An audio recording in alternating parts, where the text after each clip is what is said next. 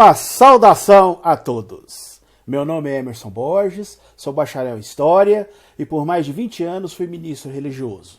Sou escritor desse livro, A Bíblia sob Escrutínio, e baseado no meu livro, toda semana aqui nesse canal nós analisamos com profundidade uma passagem da Bíblia.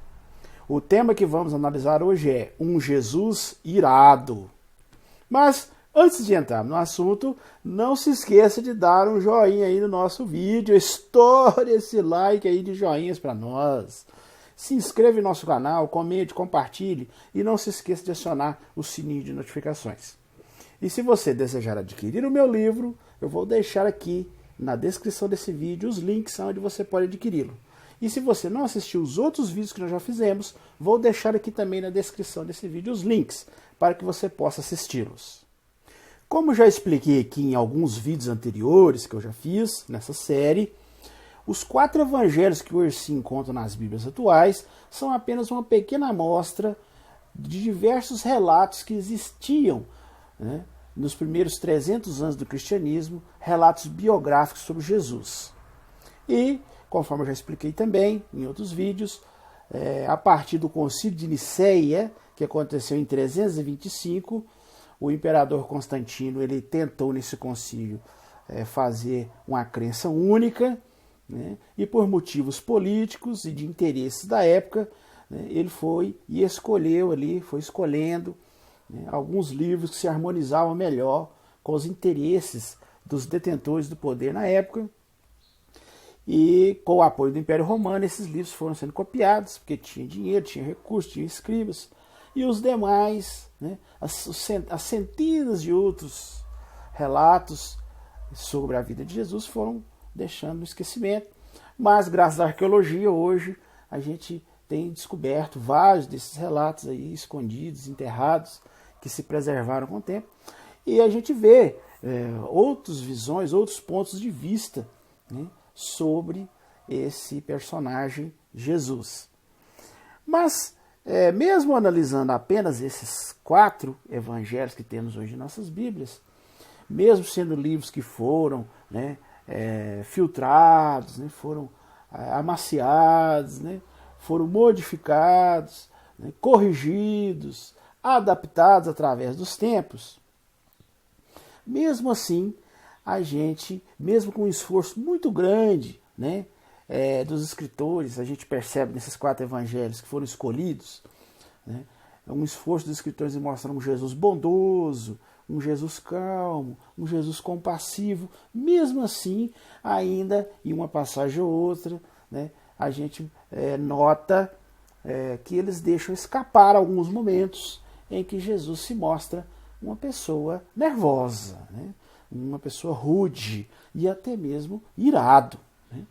Então aqui nós vamos analisar algumas dessas passagens e vocês vão perceber, né, que às vezes a pessoa, o religioso, médio, lê os evangelhos, os relatos biográficos de Jesus várias vezes e não percebe, né, não chega a perceber esses relatos específicos aonde Jesus mostra uma personalidade um pouco diferente do que normalmente os evangelistas tentam mostrar nesses evangelhos que temos hoje nas Bíblias atuais.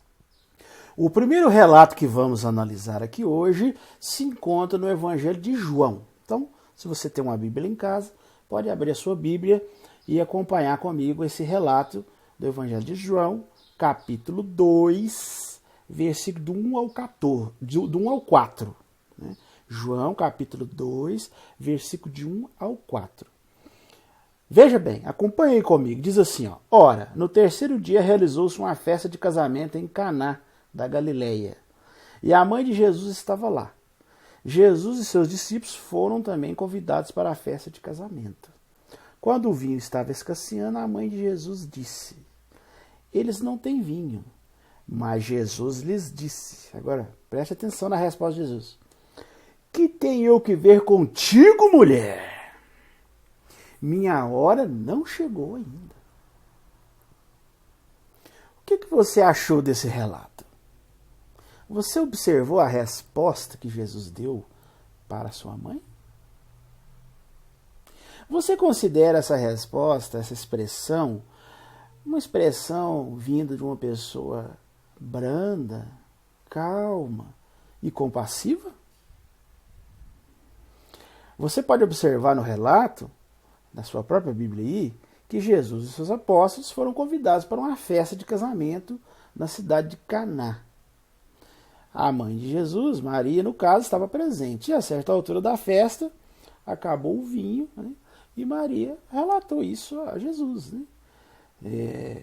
Obviamente, ela não estava apenas informando o fato a ele, né? Mas parece que estava sugerindo que ele fizesse algo, né? Então, nessa altura, Jesus vira para ela e, numa reação até grosseira e desrespeitosa, ele fala isso, né? Essa expressão. Que tenho eu que ver contigo, mulher? Você aí que está me vendo aqui agora, você teria coragem de responder a sua mãe desse jeito? Acha que esse tipo de reação condiz com uma pessoa calma e compassiva? Será que Maria era uma mulher que merecia uma resposta como essa? Então, esse relato mostra um momento ali que Jesus ele perde a calma, né? Perde a sua mansidão e age de maneira rude, grosseira, intempestiva, dando uma resposta à sua mãe, uma resposta muito mal educada, né? Virar para a mãe e falar assim: o que eu tenho a ver contigo, mulher? Quer dizer, eu creio que qualquer filho que, se você vê um filho falando isso para uma mãe, você vai ficar, né, assim, muito sem graça, né? Você vai sentir até vergonha por esse filho, para falar com a mãe dessa forma. Mas, como vimos, Jesus, ele tratou a mãe dessa forma, nessa ocasião. E esse é um dos exemplos de um Jesus irado, né? Um Jesus nervoso, rude, né? Um Jesus diferente do que normalmente as pessoas tentam mostrar, né?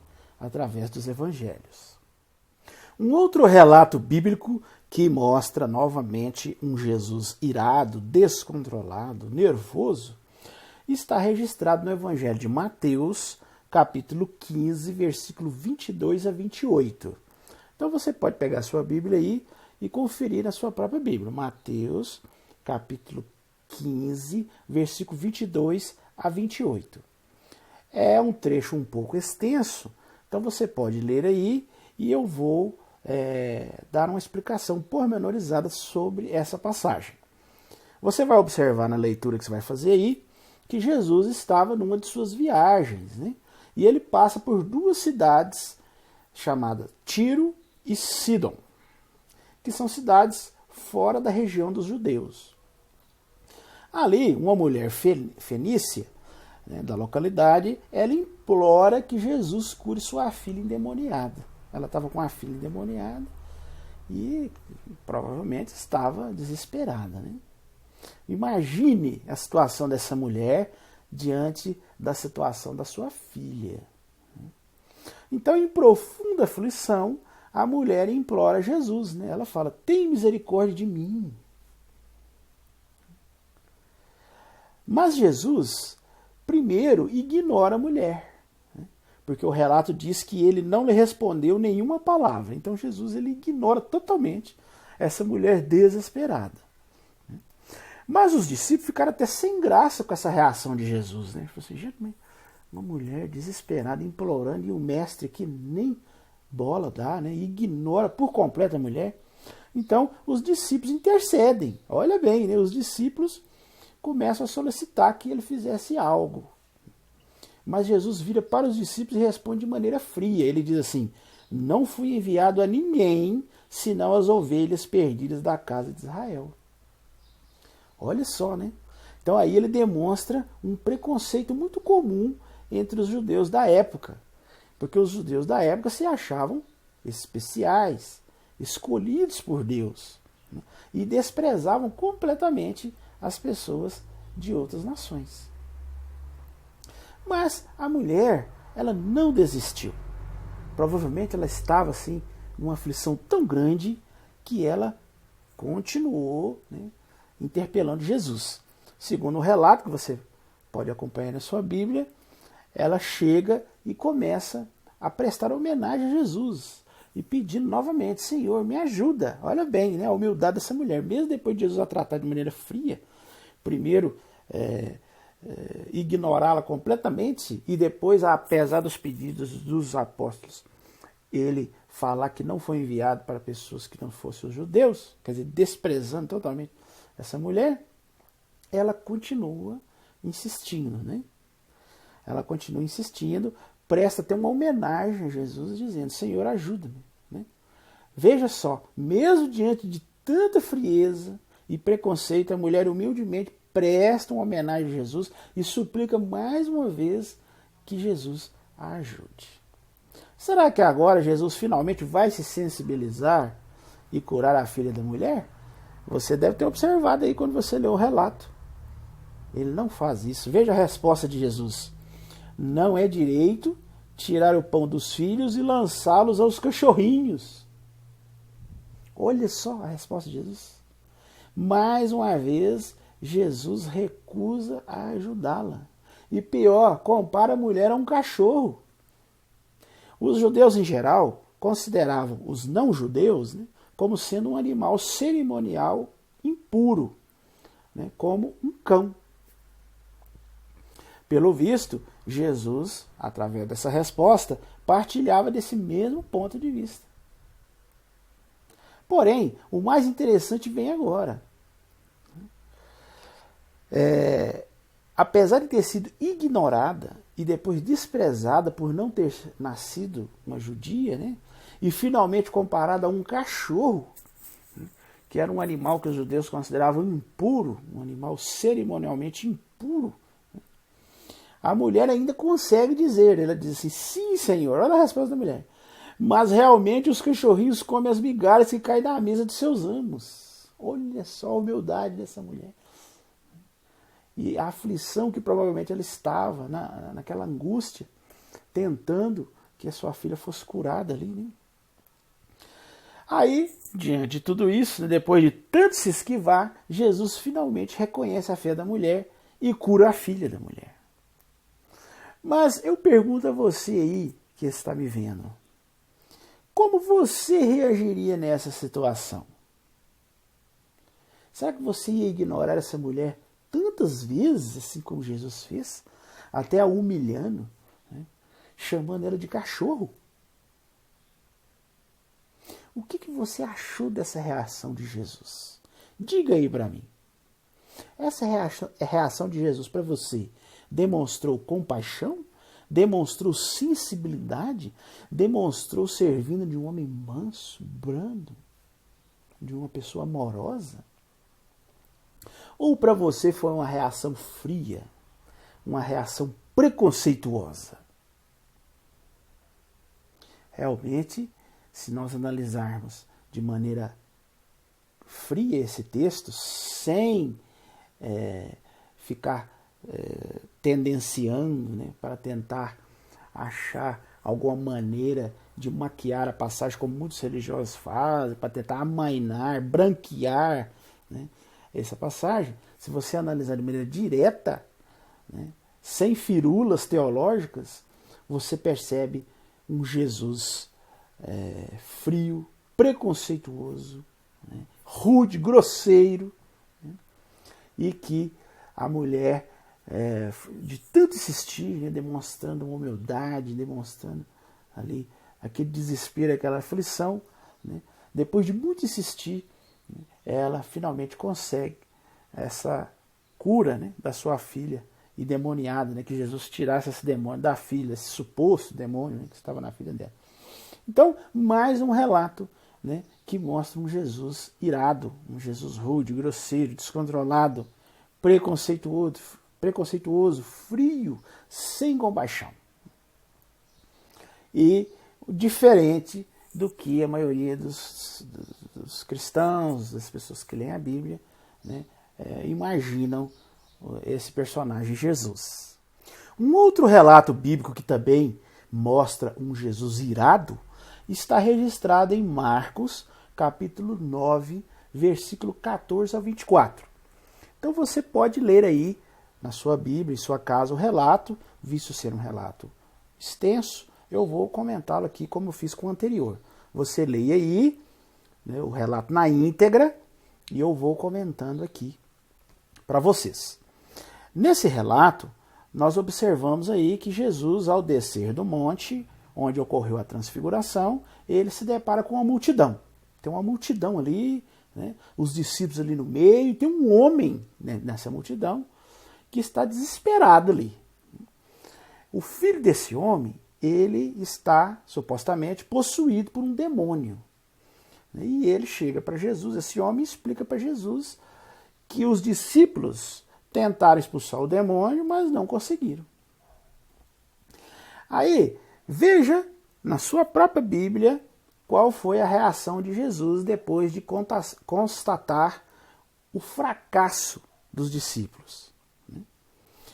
Veja o que ele diz e perceba que ele realmente estava nervoso, está virado. Veja a reação dele. Ele diz assim, ó geração sem fé, até quando terei de continuar convosco? Até quando terei de suportar-vos? Olha só. Você notou aí, quando você leu aí na sua Bíblia, a reação de Jesus? Olha o que Jesus disse, né? Até quando terei de suportar-vos? Quer dizer, é uma expressão que indica que Jesus não estava suportando mais aquelas pessoas. Né? Ele tinha um desprezo muito grande por aquelas pessoas, inclusive pelos discípulos, né? Ficou nervoso pelos discípulos não ter conseguido expulsar o demônio daquele jovem. Né? Então a gente nota aí um Jesus insensível. Né? Aí, se você continuar no relato, lá diz que ele pede para trazer o menino e imediatamente o menino entra em convulsão ali, né? Na frente de Jesus. Aí o homem explica a situação a Jesus, né? E depois implora para Jesus. Ele diz assim, se puderes, tem pena de nós e ajuda-nos. Olha a situação desesperada desse pai. Se coloque no lugar desse pai. Se você fosse esse homem e o seu filho estivesse passando por essa situação difícil, nessa situação horrível, né? Veja bem, como você se sentiria ao chegar num suposto mestre, que a maioria falando que era um mestre bondoso, amoroso, né, compassivo, e ele vira para você e para todas as pessoas ali em volta e fala que não estava suportando mais essas pessoas. Fica nervoso, agressivo, né? E ainda vira e fala, por quanto tempo eu vou ter que suportar vocês? Realmente, uma reação que, se nós estivéssemos no lugar desse homem, com certeza ficaríamos assustados. Mas esse pai desse jovem estava tão desesperado, era uma pessoa tão humilde, que ainda implora Jesus, mesmo depois dessa reação de Jesus. Né? E aí, você viu qual foi a reação de Jesus a esse pedido do pai do jovem? Jesus responde dessa forma, olha bem. Se puderes, ora, todas as coisas podem suceder aos que têm fé. Porque o homem pergunta, né? Humildemente, se puderes, tem pena de nós e ajuda. Aí Jesus, se puderes, quer dizer, né, Jesus desprezando o homem totalmente, falando assim, se puderes, né? Quer dizer, Jesus encarou a pergunta do homem, que estava desesperado, como se o homem estivesse duvidando dele.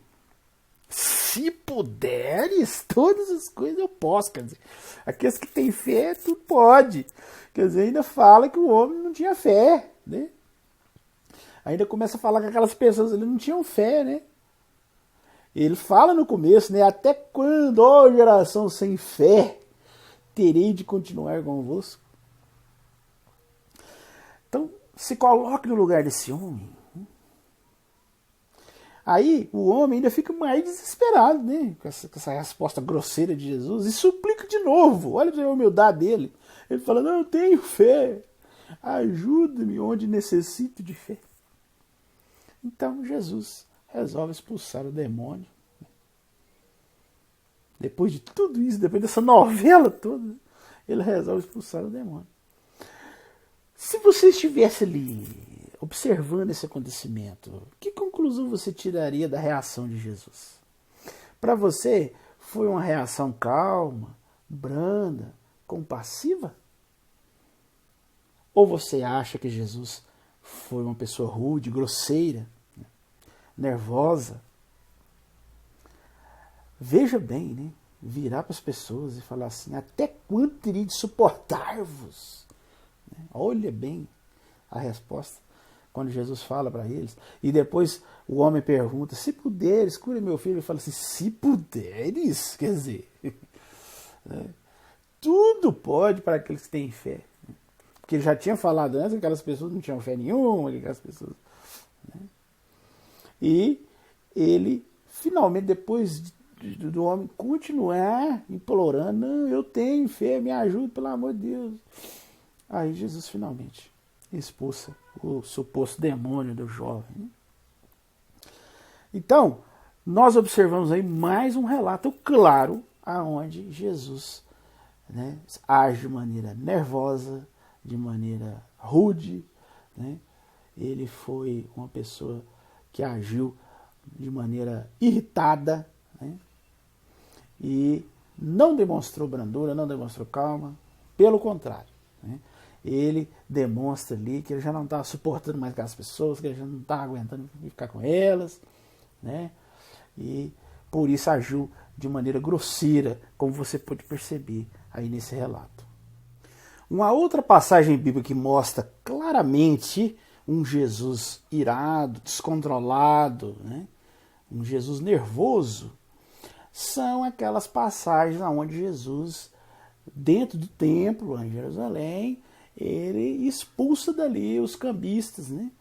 E ele chega lá com cordas e começa a chicotear e começa a derrubar a mesa, jogar a mesa para cima, e fez um maior escarcéu ali dentro do templo, porque supostamente, segundo ele, os cambistas ali estavam explorando as pessoas que vinham, né, cobrando impostos muito altos dessas pessoas.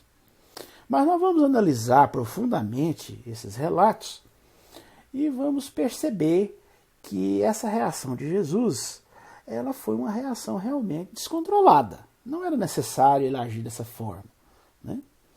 Antes de mais nada, para entendermos a situação por um ângulo maior, algumas ressalvas aí se fazem necessárias. Primeiro, se você observar em Mateus 17, 24, no tempo de Jesus, o imposto anual, ali que era cobrado no templo, era de 2 dracmas. Você pode ver em Mateus 17, 24, fala claramente que eram 2 dracmas. Uma vez que judeus de terras muito espalhadas, né, vinham a Jerusalém para celebrar a Páscoa e pagavam esse imposto na ocasião, que era a lei ali, tinha que pagar esse imposto, talvez fosse necessário o serviço dos cambistas, né, o serviço dos cambistas, porque ali eles trocavam moedas estrangeiras em um dinheiro aceitável para o pagamento do imposto do templo, né? Esse dinheiro ali era usado para comprar os animais sacrificiais e outros itens necessários, né? De acordo com a Mixena, se você olhar ali em Shecalim 1:3, no dia 15 de Adar, ou cerca de um mês antes da Páscoa, os cambistas montavam seus negócios nas províncias. Mas no dia 25 de Adar, quer dizer, 10 dias depois, quando os judeus e os prosélitos de muitas outras terras começavam a chegar a Jerusalém, os cambistas se estabeleciam na área do templo. Eles entravam ali dentro, né? Então, o primeiro relato que mostra esse confronto de Jesus com os cambistas está no Evangelho de João, capítulo 2, versículo 13 a 16. Então, você pode acompanhar aí na sua própria Bíblia o relato, né, que diz claramente assim: João, capítulo 2, versículo 13 a 16. Diz: aproximaram então a Páscoa dos judeus e Jesus subiu para Jerusalém. E ele achou no templo os que vendiam gado, ovelhas e pombas e os corretores de dinheiro os seus assentos. Assim, depois de fazer um chicote de cordas, expulsou do templo a todos com as ovelhas e gado, e derramou as moedas dos cambistas, e derrubou suas mesas, e ele disse aos que vendiam as pombas: tirai essas coisas daqui, parai de fazer da casa de meu pai uma casa de comércio. Então, veja bem, né, a confusão que aconteceu ali, né? Jesus chega, como você pode notar na sua própria Bíblia, fazer um chicote, quer dizer, que ele estava realmente enfurecido, né? E ele começa a expulsar os cambistas, espantar os animais, o gado, as ovelhas, derrubar as mesas, né? Fez ali um maior escarcéu. As pessoas ali, com certeza, ficaram sem entender aquela ação descontrolada de Jesus, né? Se você estivesse ali e observasse essa situação, com certeza também ficaria um pouco assustado. Mas a Bíblia também, no Evangelho de Marcos, relata também algo parecido, né? Ele relata uma ocasião que Jesus também agiu de maneira furiosa com aqueles cambistas ali do templo. É Marcos capítulo 11, versículo de 15 a 17. Né? Ali diz: chegaram então a Jerusalém, ele entrou no templo, principiou a lançar fora os que vendiam e compravam no templo. Derrubou as mesas dos cambistas e as bancas dos que vendiam pombas. Não deixou ninguém carregar qualquer utensílio através do templo. Mas ensinava e dizia: não está escrito, minha casa será chamada de casa de oração para todas as nações? Mas vós fizestes dela um covil de salteadores. Quer dizer, chamou eles claramente de ladrões, né? Jesus justifica sua agressão aos cambistas, dizendo que, na verdade, eles eram salteadores, quer dizer, ladrões, né? No português correto, no português claro, né? Ladrões que extorquiam os judeus cobrando preços exorbitantes em suas taxas. Ao se depararem com esse relato, normalmente os religiosos, os cristãos que leem a Bíblia, tentam justificar, dizendo que Jesus agiu corretamente, porque aquelas pessoas eram salteadores, eram ladrões, exploravam o povo, né? Ficavam cobrando preços exorbitantes, e que ele deveria agir dessa maneira mesmo. Mas será que isso é verdade? Será que Jesus agiu da melhor maneira? Será que era necessário ele agir desta forma? Bem, nós vamos ver aqui um exemplo, né? E um outro exemplo que está na Mixana, que trata de um assunto semelhante, né? Lá contam de uma época em que o preço de 2 pombos chegou a ser de 1 denar. Isso está na Mixana, que é o livro dos judeus. E lá conta isso, que uma certa ocasião o preço de 2 pombos era 1 denar de ouro, que corresponde a 25 denários de prata. E devido a esse preço exorbitante, né, Simeão, que era filho de Gamaliel, ele chegou e declarou: santo templo, não suportarei ver passar a noite sem custar apenas 1 denar de prata. Segundo o relato da Mixana, nesse mesmo dia o preço foi drasticamente reduzido. Se você quiser confirmar, na Mixana, Keritot, capítulo 1, versículo 17, da tradução para o inglês de H. Denby.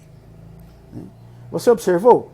O valor na época que esse homem, que é citado na Mixana, Simeão, protestou contra o preço, né, era de 25 denários de prata. Esse valor era bem maior do que quando Jesus agrediu os cambistas, porque segundo a Bíblia era 2 dracmas de prata. Então veja que o preço que os cambistas cobravam em outras ocasiões chegou a ser muito maior, mas muito mesmo, né? Você vê, na época que esse judeu Simeão protestou, era 25 denários de prata. E Jesus foi se revoltar com 2 dracmas de prata apenas. E você observou a maneira de protestar de um e de outro? No caso, Simeão fez uma reclamação verbal apenas. Já Jesus fez um chicote de cordas para ameaçar e agredir os cambistas. Derrubou suas mesas e os expulsou do templo. Você notou também o resultado, como foi muito diferente? O resultado do protesto pacífico de Simeão, diferentemente do protesto agressivo de Jesus, o protesto pacífico de Simeão deu resultado, porque no caso de Simeão, no mesmo dia, segundo a Mixna, o preço foi drasticamente reduzido. Já no caso de Jesus, não adiantou nada, ele fez esse escarcel todo, derrubou, agrediu, né, fez aquele estardalhaço, e passou o tempo, os preços continuaram sendo os mesmos. Então, você aí, qual dos dois você acha que agiu de maneira correta? Mostrando autodomínio, mostrando calma, mostrando razoabilidade. Você acha que foi a atitude pacífica de Simeão ou a atitude, o protesto agressivo de Jesus? E na sua opinião, qual dos dois produziu melhores resultados? Não precisa nem falar, né? A própria Mixna fala que o protesto pacífico de Simeão, né, no mesmo dia, o preço caiu drasticamente. Já no caso de Jesus, né, continuou o mesmo preço, não mudou nada. Né? Ele fez aquela bagunça toda, passou aquele dia, no outro dia eles voltaram e continuaram trabalhando do mesmo jeito. Né? Aquilo foi só uma confusão, uma atitude descontrolada, né, agressiva, e que no fim não resultou que os preços abaixassem.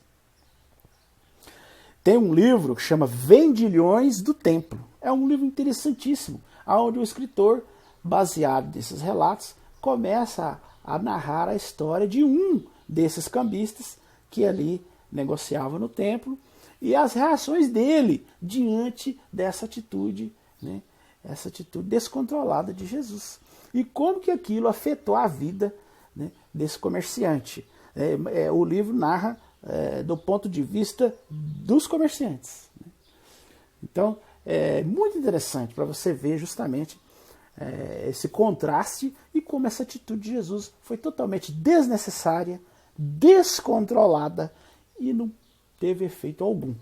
Muito diferente da atitude de Simeão, que está registrado na Mixna, que realmente foi um protesto pacífico, apenas uma admoestação verbal e que deu resultados, né? Pois o preço caiu drasticamente. Então vemos mais uma passagem bíblica onde Jesus, né, se mostra totalmente descontrolado, raivoso, irado, né, tomando atitudes intempestivas, né, e que no final não resolver nada a situação ali em questão. Existem diversos outros relatos na Bíblia que mostram um Jesus nervoso, irritado, com raiva, né, descontrolado.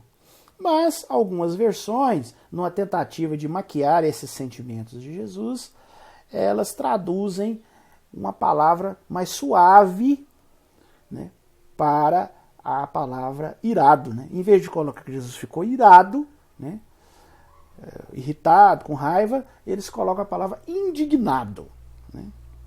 Que é uma palavra assim que soa mais leve, né? Então é uma maneira de branquear um pouco essas reações, né, iradas, descontroladas de Jesus.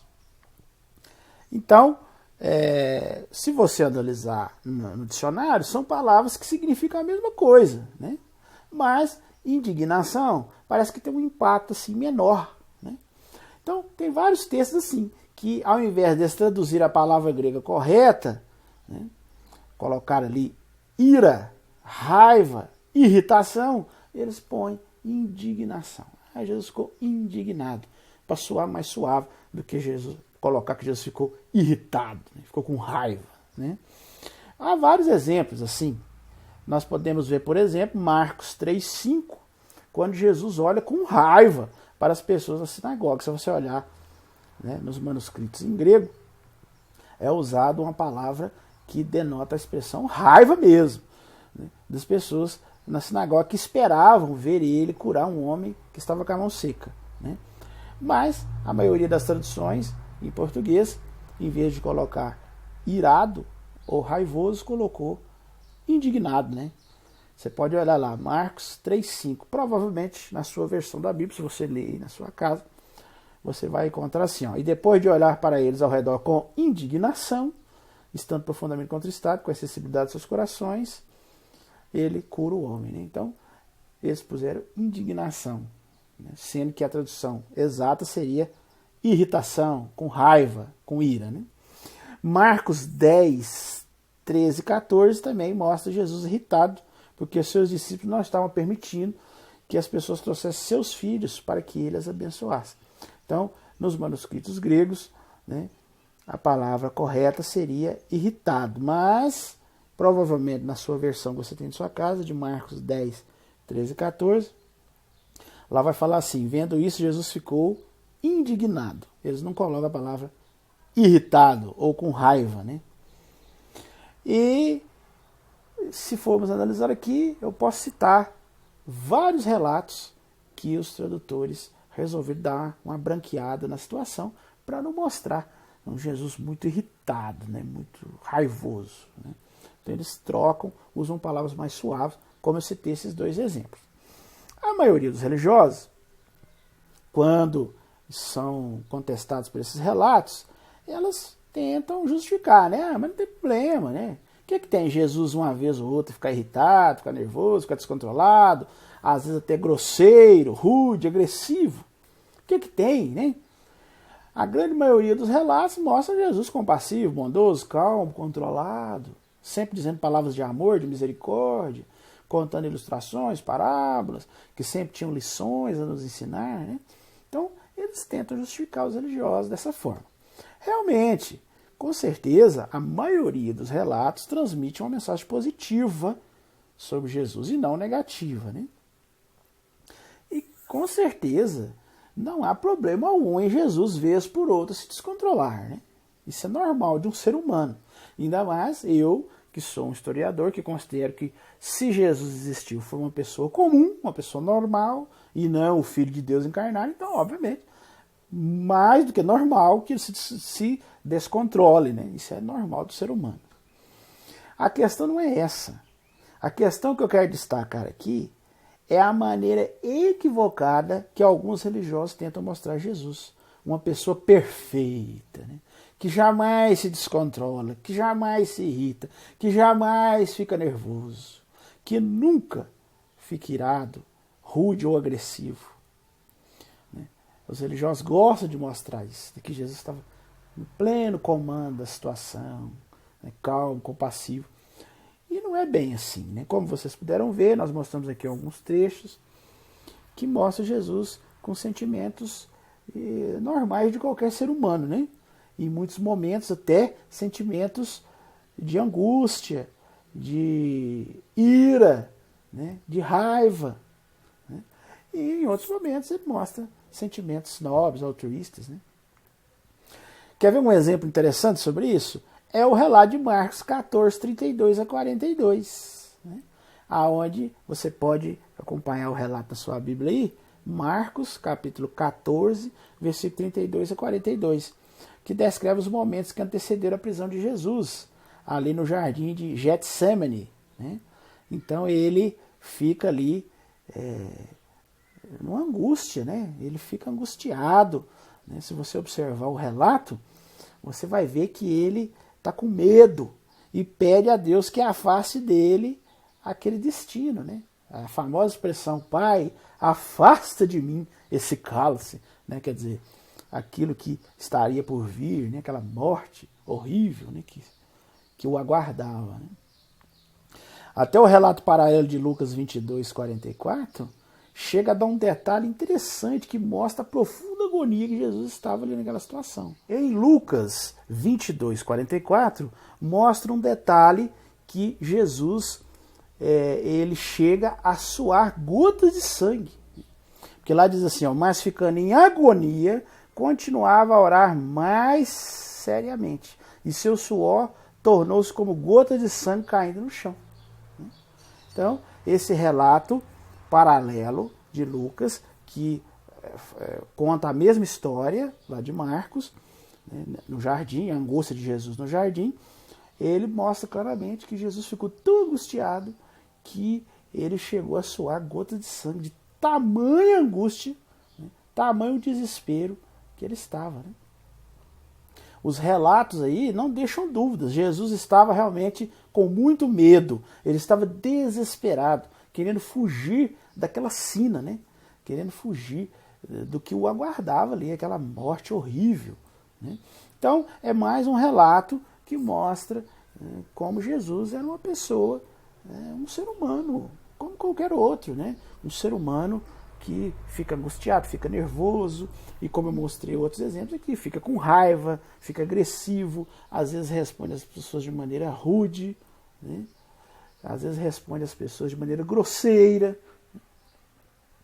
e isso é totalmente normal para um ser humano, um ser humano como eu, como você. Agora, o problema é que os religiosos querem passar com Jesus a própria encarnação de Deus, um ser divino. Então eles tentam de todas as formas esconder essas passagens e tentar mostrar um Jesus perfeito, um Jesus que não erra de forma alguma, que não se descontrola, que não fica nervoso, que não fica angustiado, que não fica com medo. Então, essa maneira de encarar Jesus, da parte de muitos religiosos, é uma maneira totalmente equivocada, e que passa uma impressão totalmente errada de Jesus. Mas aí entra aquelas questões das religiões, ensinar que Jesus era o próprio Deus, todo-poderoso, encarnado, e que ele não poderia ficar tão desesperado assim, Então, porque senão fica uma situação muito contraditória, Se Deus era o próprio, se Jesus era o próprio Deus encarnado, por que ficar tão desesperado assim? Para quem, afinal, ele orava com tanto fervor, igual nós vimos esses relatos aí de Jesus lá no jardim de Getsemane, orar com tanta angústia, que chegou a suar gotas de sangue, do tamanho medo que ele estava ali diante daquela situação. Então, os religiosos mesmo vão se contradizendo, As suas crenças vão criando contradições ainda maiores, Quem, afinal, ressuscitou Jesus dos mortos, se Jesus fosse o próprio Deus encarnado?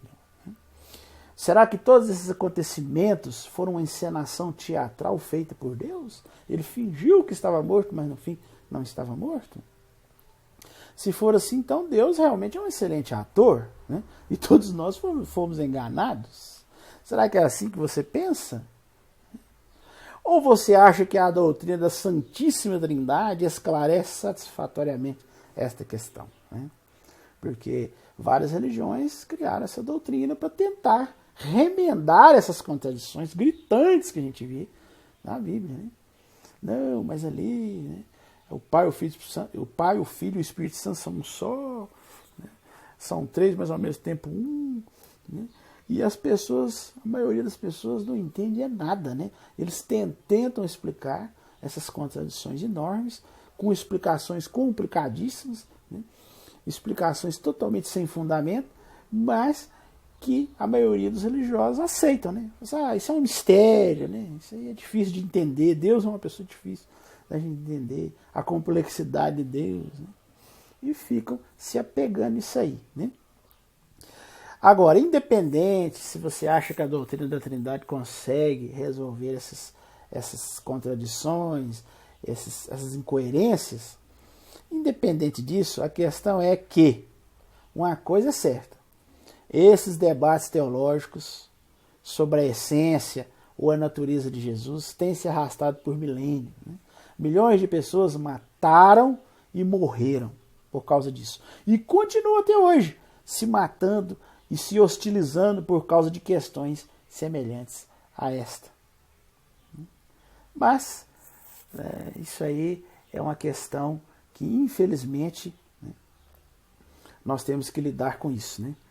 As religiões, com as suas disputas teológicas, né, causaram tantas mortes, tantas guerras, tantas violências, tanta desgraça na humanidade, né, que se a gente for colocar numa balança o que as religiões já fizeram de bem e de mal, né, com certeza as coisas ruins se destacam muito mais, né, tiveram um peso muito maior. Então, eu, como historiador, né, eu deixo bem claro para todas as pessoas que eu sou uma pessoa que eu não tenho religião alguma, né? Para mim, todas as religiões são manifestações do ser humano, né? São criações humanas. São homens que tentam criar certas teorias, certas teologias e atraem para si ali algumas pessoas que gostam daquela explicação que ele deu e ali ele começa a criar uma religião. Aí, de repente, um ali fica descontente, né? Cria uma outra explicação e cria outro ramo religioso. E assim vai, né? E também, a religião nada mais é também do que um fenômeno cultural, né, de cada país, de cada região, né? Se você for lá na China, na Índia, a gente já vê outro estilo de religião, outra maneira de encarar o divino, né? Então, eu encaro muitas religiões como manifestações culturais, né? Cada país tem uma maneira, né? Assim como tem as músicas, o folclore, as histórias, tem também as histórias religiosas. Cada região tem a sua, né? Tem a sua maneira, né, de interpretar o divino. Mas a questão é que aqui no mundo que nós vivemos, na região, né, que nós vivemos aqui, nas Américas, o conceito judaico-cristão é o mais forte, né, pois fomos colonizados por um país muito católico, que é Portugal, e aqui em volta também pela Espanha, que o catolicismo era muito forte, os jesuítas já vieram catequizando tudo, convertendo todo mundo, índio. Então, tudo isso, né, nos levou a ter essa cultura, né, do cristianismo.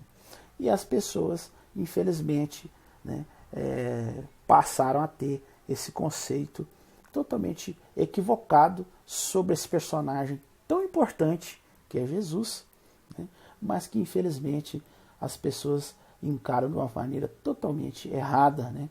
E vivem suas vidas baseado nessa crença. Bem, esse era o assunto que nós iríamos analisar hoje. Se você gostou, não esqueça de dar o joinha aí no nosso vídeo. Eu vou falar novamente porque isso é muito importante, né? Quanto mais vocês darem o joinha aí, darem o like, o nosso vídeo vai ter, né, uma visão maior, né? Vai ser mais ampla a divulgação, mais pessoas vão assistir, né? E isso é muito importante para nós, né? Você se inscrever também é muito importante, comentar aí, né? Compartilhar com as pessoas e acionar o sininho de notificações, né? Porque assim que a gente fizer um vídeo novo, toda semana a gente faz, né? Você será notificado. E se você quiser saber mais sobre esses assuntos, tudo que eu falo é baseado no meu livro, A Bíblia sob Escrutínio. Como eu já falei no início do vídeo, eu sempre deixo aqui na descrição do vídeo os links onde você pode adquirir meu livro. Então, se você quiser aprofundar mais, né, os links estão aí para que você possa adquirir meu livro. E se você quiser assistir os outros vídeos, né, que nós já estamos chegando aí a 30 vídeos. Então, esse agora, se não me engano, é o 30º vídeo. Então é muita coisa, nós já explicamos sobre muita coisa. Então eu vou deixar aí os links na descrição para que você possa assistir, se você não assistiu ainda, para que você possa assistir os outros vídeos, né? No mais, eu desejo uma boa semana a todos e até o nosso próximo vídeo.